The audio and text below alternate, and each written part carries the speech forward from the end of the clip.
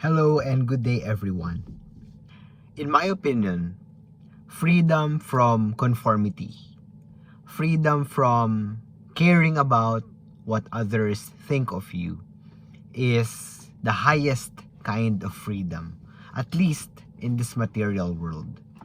Many philosophers would argue that the I, who we are as people, is a combination, is a mixture, is an amalgamation of our inherent self, that is our natural inclination. Say we have a natural liking to music from an early age, and the influences of the external world to us, our interactions with our parents, our peers, our siblings, and what they have been constantly telling us who we are.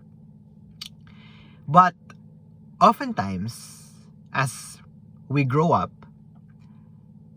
the former, though we don't recognize it, becomes more and more subservient to the latter. And oftentimes, we are not aware of this process.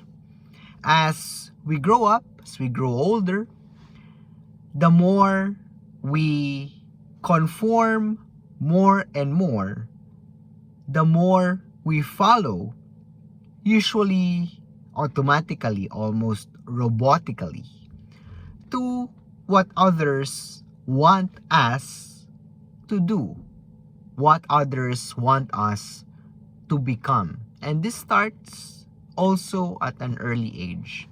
When we were in elementary, in grade school, people, teachers, your parents would tell us to pursue what we are good at. Say we are good at science, then hey, you should become a doctor one day. And people will repeat this again and again, even if at that point we were not really considering what we want to become in the future in the first place. When we reach adolescence and young adulthood, our peers would reinforce these preconceived notions, tell us that, hey, you're good in the sciences, maybe you should really become a doctor, even if you yourself have not yet answered the question, is being a doctor really what I want to do in the first place? And oftentimes, we fail to realize that we think that we want to become somebody, when actually it was simply just ingrained in us in a very, very strong way, giving us the illusion that it is our personal choice, when in fact it is a choice that has already been handed down to us by other people for us to pursue.